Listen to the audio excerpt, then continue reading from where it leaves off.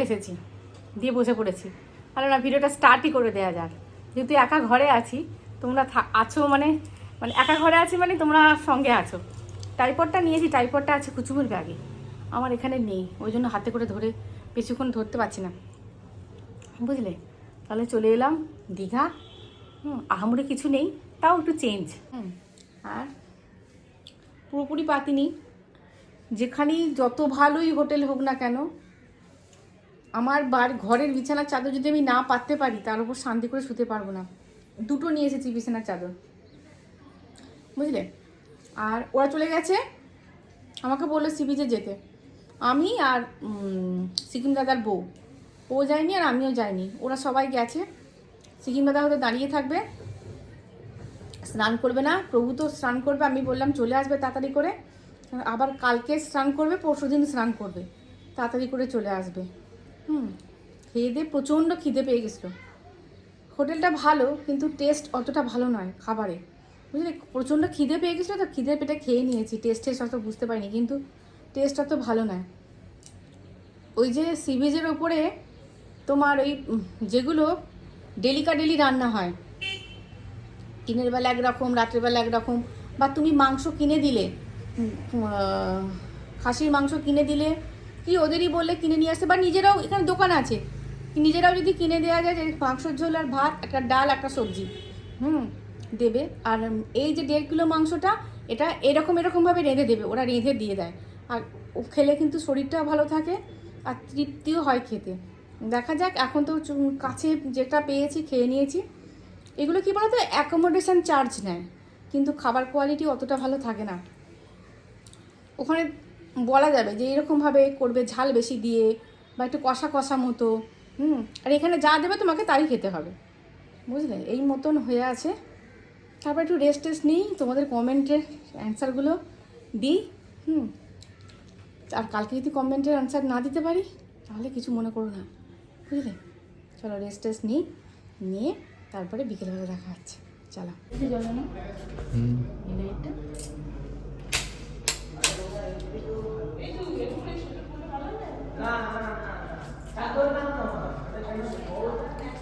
কি সোয়েটার নিয়ে নাও নাকি একটা? সোয়েটার নিয়ে, ঠান্ডা আছে বাড়ি গেছি, ঠান্ডা নিয়ে ঠান্ডা আছে, ভালোই ঠান্ডা আছে। দিনের বেলায় বোঝা যাচ্ছিল না ঠান্ডা। চলো এবার যাচ্ছি, সি বিচে যাচ্ছি। ওরা সবাই গেছিল, আমি যাইনি, আমি ঘরে ছিলাম। এবার আমি যাচ্ছি। একটা কিছু না নিলে নয়, চাদরটা নিতেই হবে, দুটো কাজই হবে, চাদরটা নিতে হবে। চলো চলো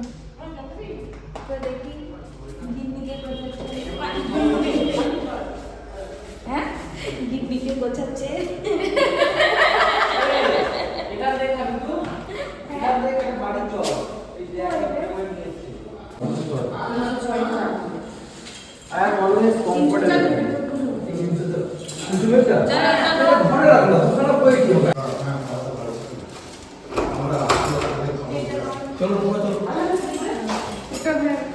দুটো চাবিটাকে নিয়ে লাভ হলো। এই মিনারেল ওয়াটার বাড়ি থেকে আনা হয়েছে।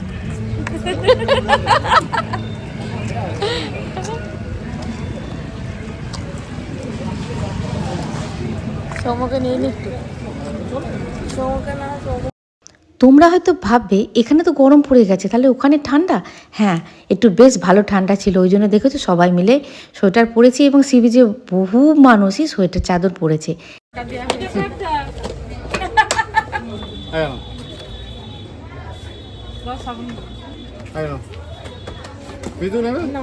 এটাই ভালো।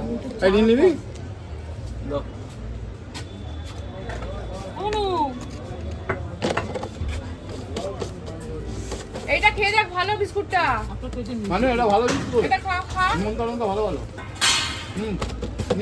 নিয়ে দিয়ে দাও।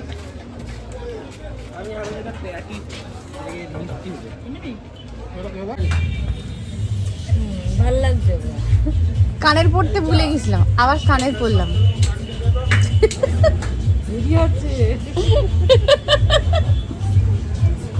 বলছে কাকিমা তুমি কানের পড়োনি? আমি কি মা কানের পড়িনি? তোমরা তো চিনেই গেছো আমাকে, নতুন করে আর কি চেনাবো বলো। এমনি সুন্দর আমার কাকিমা। না না, কোথায় আর সৌন্দর্যটা গেছে হারিয়ে। না না, ভালোই আছে। না, তোমরা গতকাল যারা ভিডিওটা দেখোনি তাদেরকে বলছি, ওটা হচ্ছে মিতু, সিকিম দাদার ছেলের হবু স্ত্রী। আর ছেলে মেয়েগুলোকে মানে সৌম্য হচ্ছে সিকিম দাদার ছেলের নাম। সৌম্য, মিতু, আমাদের কুচুম, এই ছেলে মেয়েগুলোকে নিয়ে দীঘা ট্রিপটা বেশ মজাদারভাবেই কাটলো। আর এই যে নেশাখোর ছেলে, মানে নেশাখোর বাবও নেশাখোর, ছেলেও নেশাখোর এবং মাও নেশাখোর, মানে অর্থাৎ আমিও এই বেলুন ফাটানো মানে দেখলেই অন্তত দুটো অন্তত ফাটাবো।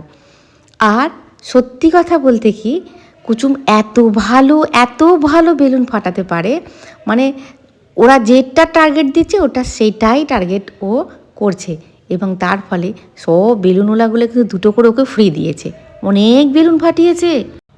ওরা ওদিকে বেলুন ফাটাতে লাগলো, আর ওদিকে আমি আর সৌমুর মা অর্থাৎ সিকিম দাদার স্ত্রী গেলাম অন্যদিকে।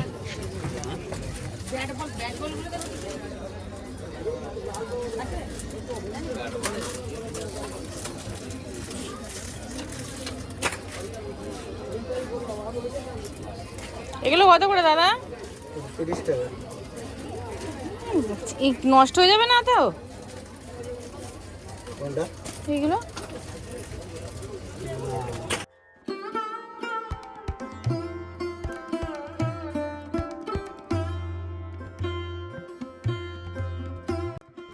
এবারে দীঘায় এসে নতুন সংযোজন লক্ষ্য করলাম, জানি না কবে থেকে হয়েছে, এর আগের বারে যখন এসেছিলাম তখন তো দেখতে পাইনি। এই যে তোমার এই সি বিচের ওপরে তোমার ছোট্ট মাইক লাগানো আছে এবং সুন্দর সুন্দর গানও হচ্ছে।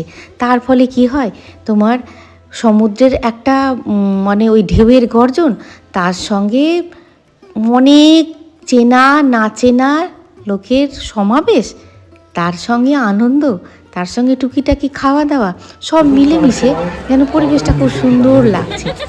দীঘা আপনার ভ্রমণের শহর। দীঘাকে সুন্দর রাখার দায়িত্ব আমার আপনার সবার।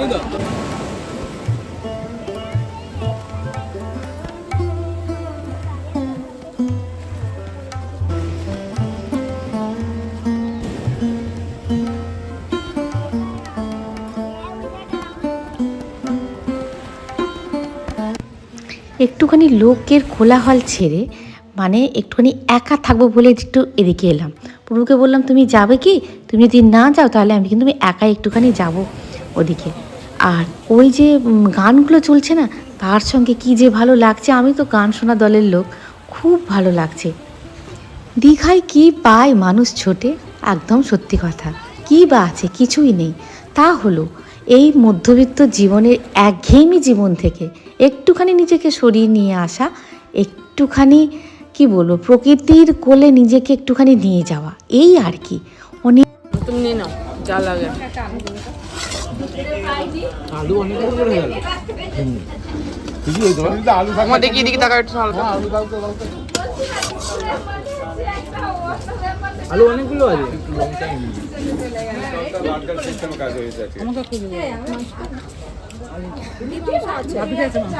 না না ভালো লাগবে? খাও খাও খাও। বাপি তোমাকে আলু কিছু দেবো? তাই দিয়ে প্রভু আর সৌম্য সন্ধ্যা হতে চলে গেছিলো মাংস নিয়ে আসতে। দেশি মুরগির মাংস 1.5 কিলো মাংস এনে এদেরকে বলা হয়েছিল ভালো করে রান্না করে দিতে, একদম ঝাল ঝাল মাংস, ভাত, আর কিছু না রাত্রিবেলায়। আর কুচুম ভাত খায়নি, কুচুম খেয়েছে রুটি আর মাংস। টোটালি ফুল অ্যাকোমোডেটেড, বড় হোটেলের থেকে অনেক তৃপ্তি করে এখানে মাংস ভাতটি খেলাম। অনেক ভোরবেলায় প্রভু উঠে চলে গেছে সি বিচের দিকে, আর আমি একটুখানি শুয়েছিলাম, ওই তো রেস্ট নিতে এসেছি এখানে। দীঘায় আর কি দেখা আছে, এই সকালের মানে দৃশ্যটা কালকে না হয় দেখবো, আজকে একটু রেস্ট দিলাম শরীরকে। আর ওই নিচে একটা চায়ের দোকান আছে, ওই দেখো, এটা তো তোমার সামনে চলে যাচ্ছে সি বিচ, একদম সোজা রাস্তা, যে কেউ এই হোটেল থেকে যেতে পারবে, আবার ফিরেও আসতে পারবে। চেনা ওই যে পুরীর মতন অত গোলক ধাঁধার ব্যাপারটা দীঘায় নেই। আর নিচে একটা দেখতে পাচ্ছ, ওই বাঁ দিকে টোটোটা দাঁড়িয়ে আছে নিচে, ওইখানে একটা চায়ের স্টল আছে, ওইখানে ভাবছি একটুখানি চা খেয়ে আসি।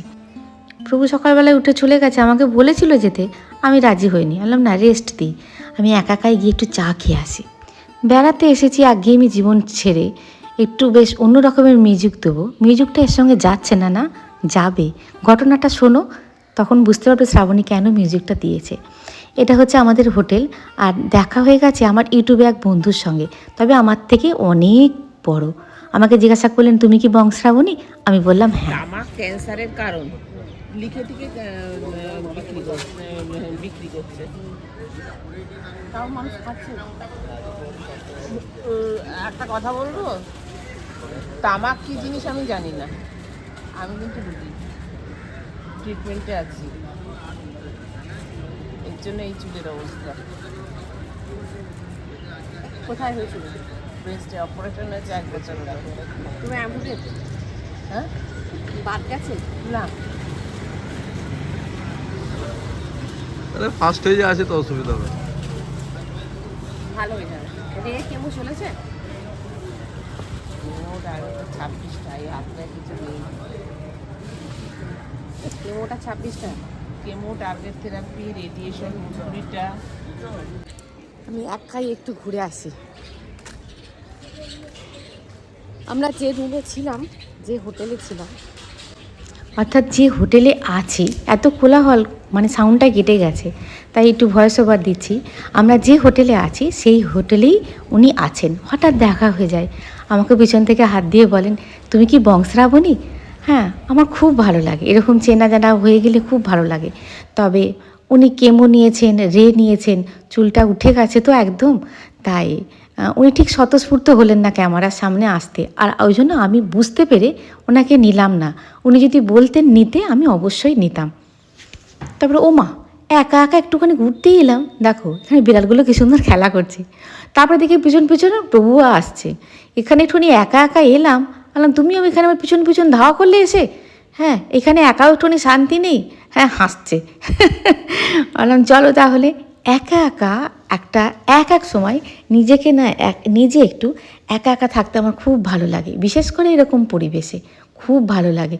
কিন্তু ছাড়নেওয়ালা নয়, যদি বউটি হারিয়ে যায়, যদি বউটি কিছু হয়, হ্যাঁ, ওই জন্য ব্যক্তি পিছু নিয়েছে।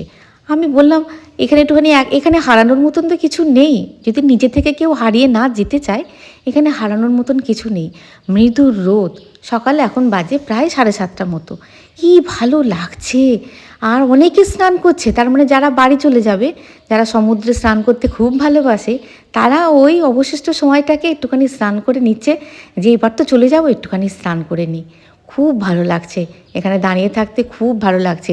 আর গানগুলোও দিয়েছে সকালবেলা, ভারী সুন্দর, যেন এত ভালো লাগছে। আর এদিকে দেখো, প্রথমে দেখলাম 1-2 বেড়াল, তারপরে কি 4-5টা বেড়াল। হ্যাঁ, এখানেই মনে হয় ওরা থাকে। আর এখানে মনে হয় ঢেউ লেগে এটা নষ্ট হয়ে গেছে। এখানে অনেক সি বিচের দোকান ছিল, সব তো তুলে দিয়েছে দেখছি, একদম জমজমাট ছিল দোকানগুলো, সব তুলে দিয়েছে। ভালোই হয়েছে, একদম ফাঁকা ফাঁকা। তারপরে চলে এলাম এখানে ব্রেকফাস্ট করতে, আর মাছ যে অর্ডার দিয়েছি সেগুলো তোমাদেরকে দেখাচ্ছি। দেখলেন এই যে মাছ ভোলা ব্যক্তি, আগে আমি রান্না করে দেবো। যদি মাছ খারাপ হয়, এই ভোলা আবার 3 জাতের আছে। তুমি বলবে আমাকে সেখানে 100 টাকায় ভোলা দিচ্ছি। ওই ভোলা, লাল ভোলা, এটা হচ্ছে শাটিন ভোলা।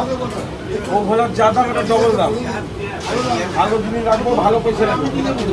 এটা তোমার 200 টাকা দিচ্ছি, 180 টাকা ঝাল লাগবে। এবং মাছের সাইজ আমি সামনে দেখি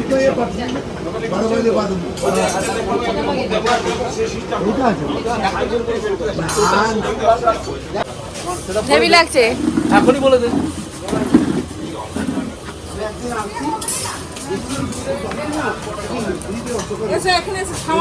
শ্বশুরকে টুপি পড়ায়নি, শ্বশুরকে টুপি পরায়নি, শাশুড়িকে পড়িয়েছে। শাশুড়িকে পরিয়েছে।